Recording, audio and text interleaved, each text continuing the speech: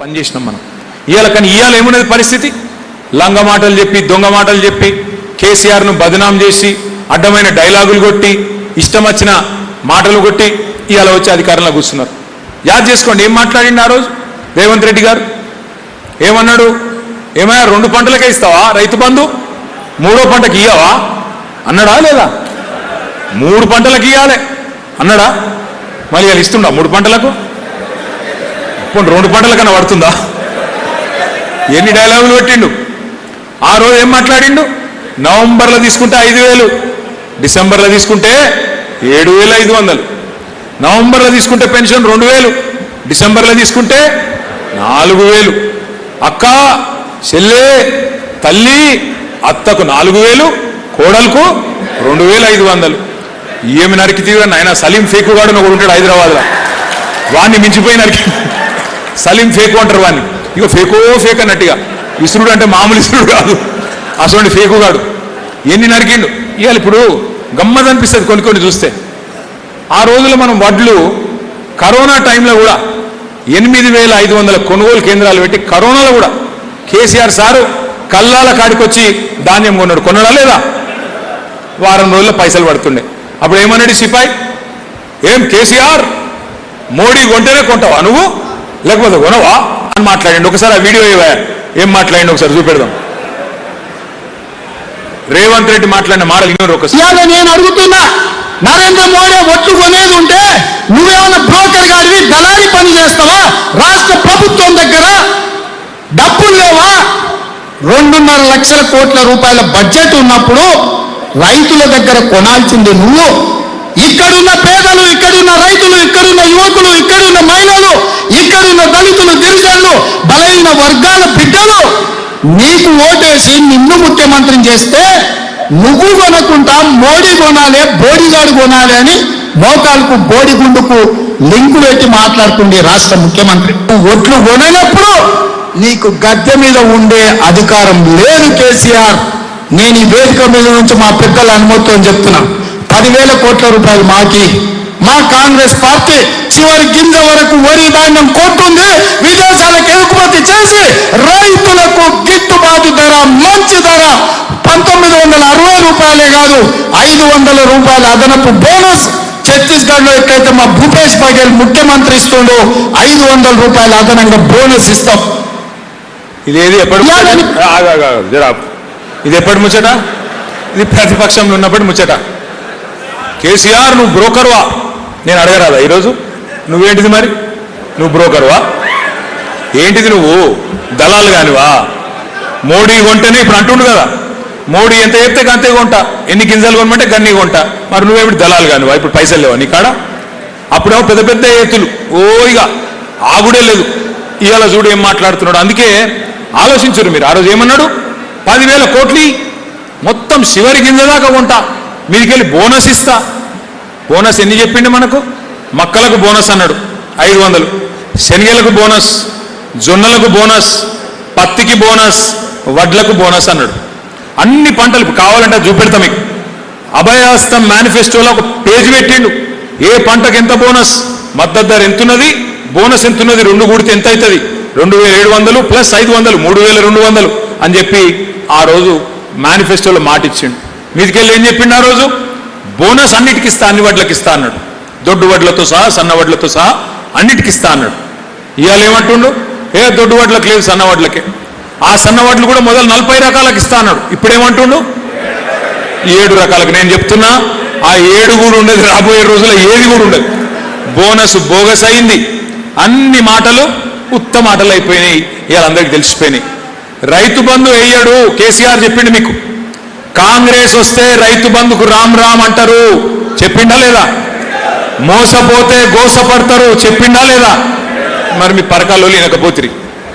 గాయనవులో నర్సంపేట ఆయన వస్తే ఆయనను గెలిపిత్తిరి, ఇక ధర్మారెడ్డిని అయితే పక్కకు పెడితిరి. పాలిచ్చే బర్రెని అయితే పక్కకు పెడితిరి, తన్నే దున్నపోతుంది తెచ్చుకుంటారు. ఏం చేయాలి?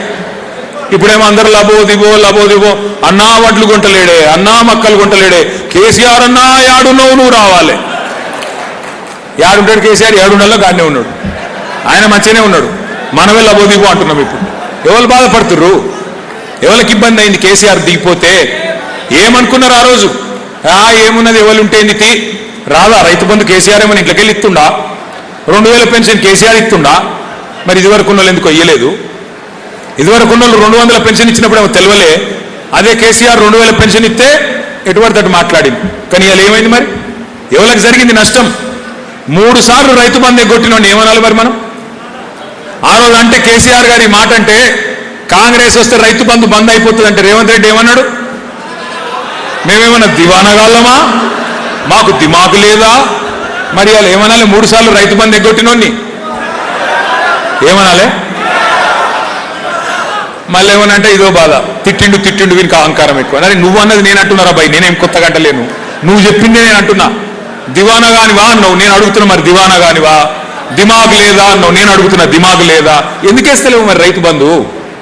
ఇప్పుడు రేవంత్ రెడ్డి గారికి రైతు బంధు వేసేందుకు పైసలు లేవు. ఆడపిల్లలకు 2500 వేస్తా అన్నాడు, దానికి పైసలు లేవు. పెన్షన్లు డబల్ చేసేందుకు పైసలు లేవు. బోనస్ ఇచ్చేందుకు పైసలు లేవు. పంటలు కొనేందుకు పైసలు లేవు.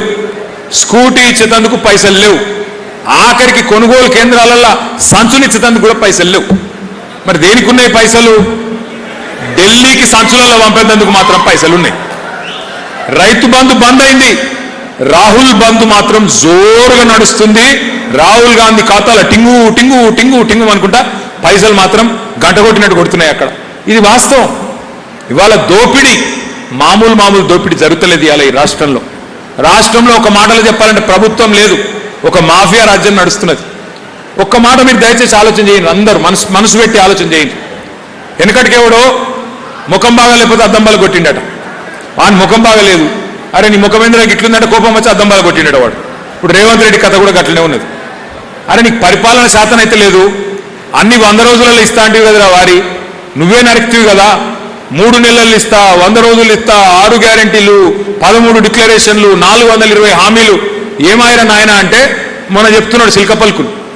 ఇగో ఎంత కండలు తిరిగిన పేలవానైనా 3 నెలల పిల్లలు పుట్టిస్తాడా?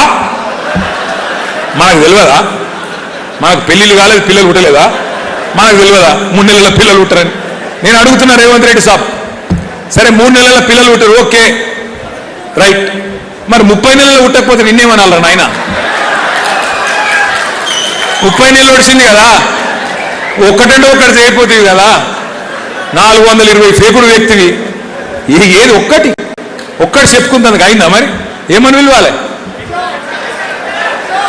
ఇక మళ్ళీ ఏమనంటే నన్ను అహంకారం, ముఖ్యమంత్రిని తిడతావా? నువ్వు ముఖ్యమంత్రి లెక్క మాట్లాడితే నేను కూడా మంచిగా మాట్లాడతా. నువ్వు కేసీఆర్ను పట్టుకొని నువ్వు సావాలే, నీ ఆనవాళ్ళు లేకుండా చేస్తా అంటే మరి అయ్య కొడుకును నాకుండదా రేషం?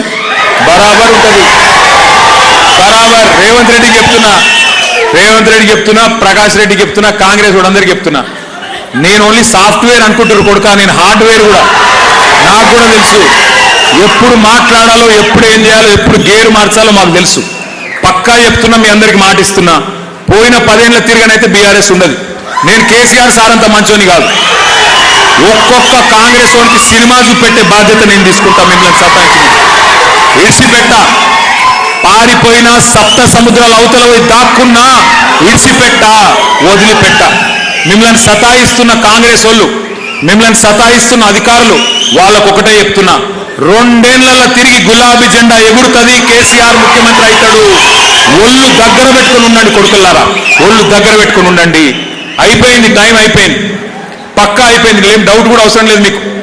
ఇదివరకు ఒక సినిమా వచ్చింది అర్జున్ రెడ్డి అని, super hit cinema. Arjun Reddy super hit, కానీ రేవంత్ రెడ్డి అటర్ ఫ్లాప్. ఎందుకంటే ఇప్పుడు మీకు తెలుసు, ఫస్ట్ హాఫ్ అయిపోయింది, ఇంటర్వ్యూలు ఒడిసిపోయింది, ఏమి లేదు సినిమాలు, అంతా తుస్సుపటాక ఏమి లేదు. ఇంకా కొత్తగా చేసేది కూడా ఏం లేదు. జారుడు బండ మీద ఉన్నాడు, ఆయన జారిపోతూనే ఉన్నాడు, ఆయనతో ఏం అయ్యేది లేదు, ఊరు కాలది పీరి లేవదు.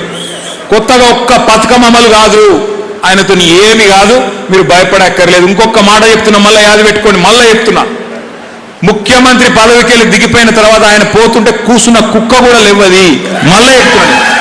అందుకే భయపడే అక్కర్లేదు, ఎవరికో భయపడి ఏందో కింద మీద అయ్యే అవసరం లేదు. ఎస్, కొన్ని తప్పులు జరిగినాయి, కొన్ని పొరపాట్లు జరిగినాయి, మా నుంచి కూడా జరిగినాయి, మేము కూడా మనుషులమే, ఒప్పుకుంటాం. కార్యకర్తలను ఈసారి నేను మీకు మాటిస్తున్నా, మీ ఆర్థిక పరమైన అంశాలు కానీ, మీ రాజకీయ పదవులు కానీ, గతంలో మీరు అనుకున్నంతగా పట్టించుకొని మాట వాస్తవం. కానీ వచ్చే 5 ఏళ్లలో దాన్ని మార్చే బాధ్యత కూడా నేనే తీసుకుంటా అని చెప్పి కూడా మీకు మాటిస్తా ఉన్నా. నా బాధ్యత అది.